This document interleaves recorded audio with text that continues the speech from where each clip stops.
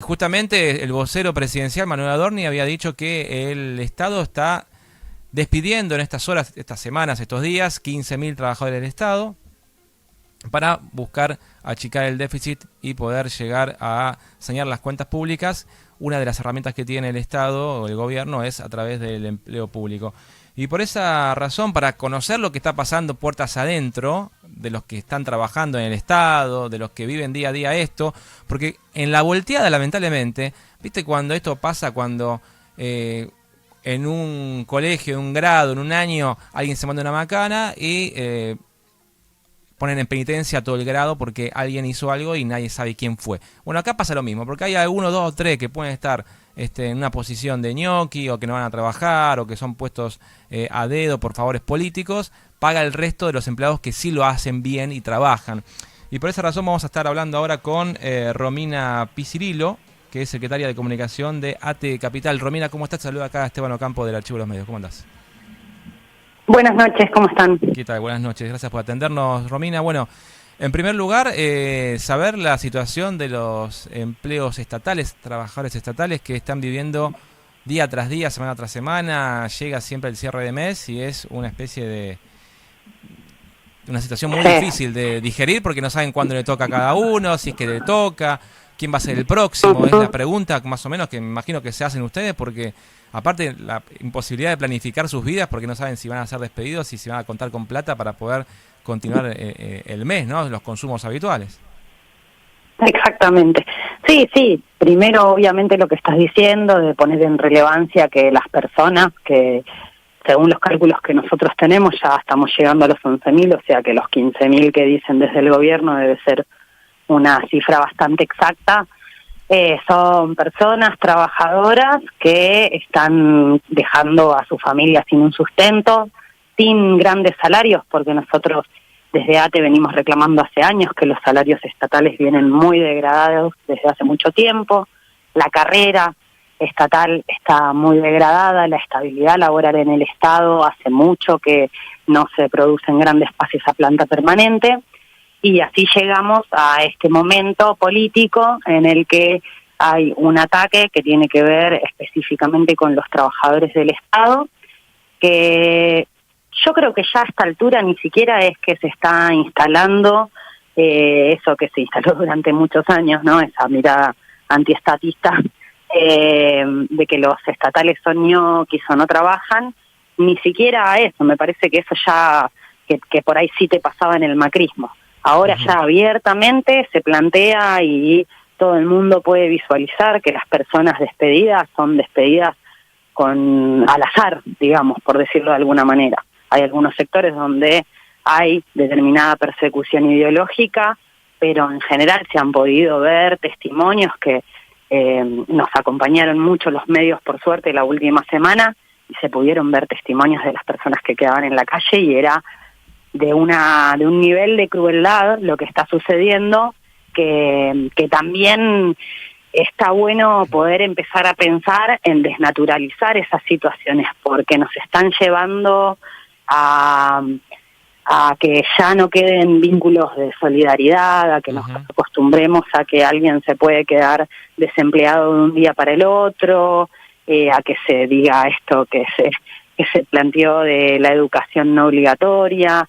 Bueno, muy grave la situación. Pero sobre todo, o sea, en primer plano, los laburantes que se quedan sin trabajo, pero también no nos olvidemos que estamos hablando de políticas de Estado que dejan de estar en los territorios. La mayoría de los despidos, de hecho, se dan en las agencias territoriales del Estado Nacional, ¿sí? Tanto en salud, en desarrollo social, que fue bastante visible lo de los centros de referencia. Bueno, oficinas de ANSES, ¿no? También han cerrado en muchísimas localidades. Localidades que tenían más de una oficina tienen una sola o pocos empleados para atender. Exactamente. Hay una lógica también en cuanto a esta disputa con las provincias o esta ya disputa de transformación de la nación, de nuestra nación federal, digamos. Ya hay hasta creo que esa transformación se están animando a avanzar. Y sí, los despidos son masivos en todos lados. Ahora se renovaron los contratos que antes se renovaban por un año, porque toda esta gente también hay que decir que es gente con mucha antigüedad, de mínimo 5 años, y de ahí a 30 tenés un montón de compañeros y compañeras. Con antigüedad, precarizada, con contratos sin Claro, estar efectivas, digamos, no estaban en planta permanente. Claro, tenés monotributistas en una primera medida, pero son menos, y después un tipo de contratación que vendría a ser como transitoria, que se renovaba anualmente. Ahora, con el cese de estos contratos, también se publicó un decreto en donde se renueva por un máximo de 3 meses, o sea que algún ministerio, algún secretario puede plantear hacerlos por un término menor. Así que sí, claramente creemos que la próxima avanzada va a ser dentro de 3 meses, pero bueno, la semana pasada fueron testigos la sociedad de que hubo muchísimas medidas ya desde el primer día de la semana, el día miércoles, que se realizaron las asambleas en los sectores de trabajo, el día viernes que se hizo una movilización que terminó siendo en Plaza de Mayo por la aplicación del protocolo, que no se pudo cortar la calle, pero se realizó sobre la plaza, una movilización y un paro muy contundente, y así seguiremos semana a semana. Ahora, no sé si querés que te comente de mañana, justamente... Sí. Contanos la agenda que tienen en la semana. Bueno, justamente por los acontecimientos del día miércoles, donde se militarizaron los organismos públicos, los edificios de los organismos públicos, había mayoritariamente policía federal, pero también hubo gendarmería en algunos. El personal incluso se encontraba armado y en algunos casos hasta, digamos, se hacía alarde, digamos, de estar armados. En algunos casos se intentó, como fue el caso del INADI, impedir el ingreso de los trabajadores. Ahora, todo esto, ¿para qué es el impedimento del ingreso de los trabajadores? ¿Para que no tomen los puestos de trabajo? ¿Para que no se atrincheren de alguna forma para negociar su permanencia en el Estado? No entiendo. ¿Por qué esta militarización o una especie de Estado policíaco para poder echar a la gente? Claro, justamente eso es lo que nosotros estamos denunciando.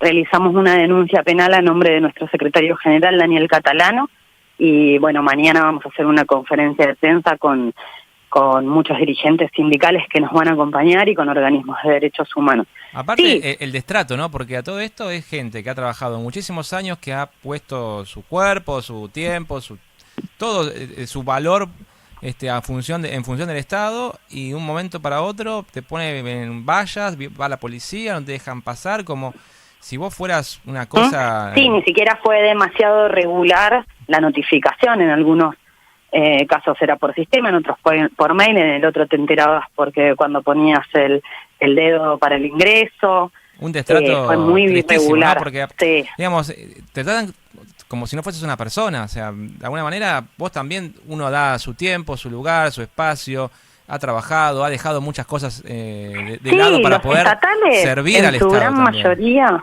exactamente, en su gran mayoría, muchos de nosotros podríamos trabajar en otros sectores e incluso tener los salarios mayores. La gran mayoría de los estatales creemos en las políticas públicas en las que trabajamos, elegimos trabajar en el Estado porque nos interesa justamente trabajar con la población, depende las características de dónde trabaja cada uno, nos interesa garantizar derechos, nos interesa la soberanía. Sí, la gran mayoría de los empleados públicos son personas comprometidas con la identidad del espacio en donde trabajan. Y de lo que decías de por qué la militarización, sí, yo creo que por un lado es el amedrentamiento, pero también hay un paso muy grave, por eso también el acompañamiento sindical que vamos a tener el día de mañana, que tiene que ver con el intento de destruir la herramienta básica de organización de un trabajador, de un colectivo de trabajadores en cualquier ámbito, que es la asamblea. Digamos, no se puede casi que esa acción es una acción de inteligencia donde hay policías filmándote en el medio de una asamblea de trabajadores, con todo lo que se implica, en la historia de nuestro país.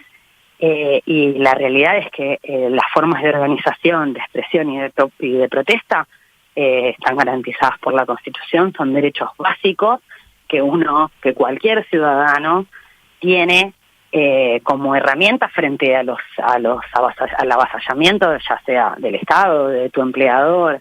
Entonces es muy grave la situación de generar el miedo o incluso literalmente impedir la realización de un espacio básico de participación como es una asamblea de trabajadores. Aparte, por parte de un sindicato, o sea, en ninguna asamblea se puede impedir, pero digamos, todos nosotros estamos completamente legalizados, tenemos un mandato, somos elegidos, es lo más democrático que hay, digamos. Entonces, la verdad es que es muy grave, es en la misma línea del protocolo de seguridad. Es en la misma línea, ataca directamente el derecho a poder protestar y expresarte.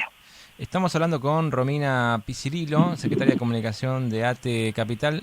Romina, para ir cerrando y de paso agradecerte la comunicación, cuando uno habla, conversa estos temas de ajuste en el Estado, despidos, cierre de empresas estatales, hay un paso previo a todo esto que es la mala prensa, ¿no?, que se le hace al trabajador estatal, al lugar donde antes estaba el Estado, a la empresa estatal, etcétera. Esa mala prensa, esa mala publicidad que se le hace es una forma es el paso previo para dar argumentos, para después cerrarlo, despedirlo y destratarlo. ¿Les pasa a ustedes que hablan con personas, con amigos, familia, compañeros de lo que sea, lo que tengan alrededor, gente que pasan con ustedes o que los conocen y sospechan de la honestidad de cada uno cuando va a trabajar en el Estado, de que piensan que son ñoquis, de que piensan que no trabajan, de que están puestos a dedo? Porque hay de todo en el Estado, seguramente hay gente que no trabaja, hay gente que está puesta a dedo, hay gente de todo, pero también hay gente que labura y hay que separar la paja del trigo y entender que no todos tienen que ser despedidos. Sí, que aparte los sindicatos no van a defender a quien no trabaja, eso es así, digamos. O sea, cuando hay un despido con causa, nadie puede hacer nada al respecto, digamos. Así que sí, son muchos años. A mí me hace acordar cuando, digamos, me contaba mi vieja que era ferroviaria y que también en los 90, cuando fue previo a la privatización de los ferrocarriles, justamente era el mal funcionamiento del servicio, el entender como ideológico de pensar más en la lógica del cliente y de lo privado por sobre una lógica de un servicio público y de un derecho ciudadano, la deslegitimación de esos espacios en ese momento con el argumento de que privatizándolos funcionaba mejor y había un gran apoyo social, ¿no?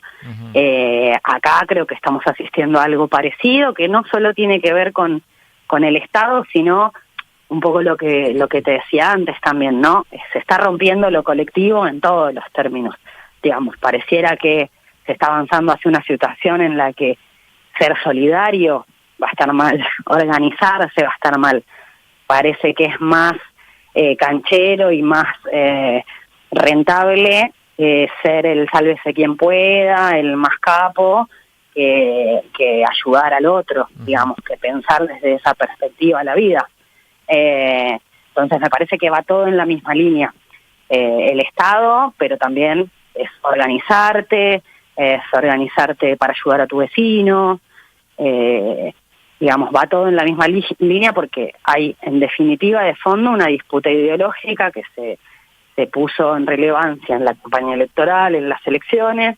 Milei asume con una gran legitimidad bancando ese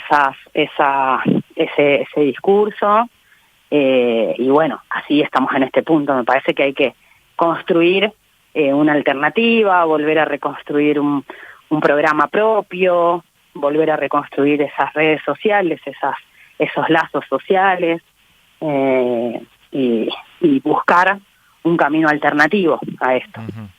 Romina, te queremos agradecer por este tiempo, desde acá nuestra solidaridad, esperando que esto pase pronto, con el menor daño posible, donde si hay algún trabajador despedido pueda conseguir rápidamente trabajo. Sabemos que ser despedido hoy en día, si estás a cargo de una familia, es mucho más complicado porque la angustia que pasás por eso es tremendo, así que no se lo deseamos a nadie y esperemos que, bueno, esta pesadilla pase rápido y que pronto, bueno, puedan encontrar aquellos que son despedidos un lugar también donde trabajar. Sí, va a estar difícil porque también en el sector privado, ¿no? Sí, eso también por ahí no se está visualizando tanto, pero está difícil. La recesión, la caída de empleo privada y estatales en ambos lados, ¿no? Donde hay caída de empleo. En las fábricas, sí. Lamentamos mucho la situación. Bueno, muchas gracias. Desde acá el espacio que siempre le damos a los trabajadores como para siempre, en caso de hacer algún tipo de voz, de darle más masividad a lo que puedan decir, desde acá siempre estamos a disposición. Muchísimas gracias por comunicarse y por difundirlo. Un abrazo grande. Hasta luego.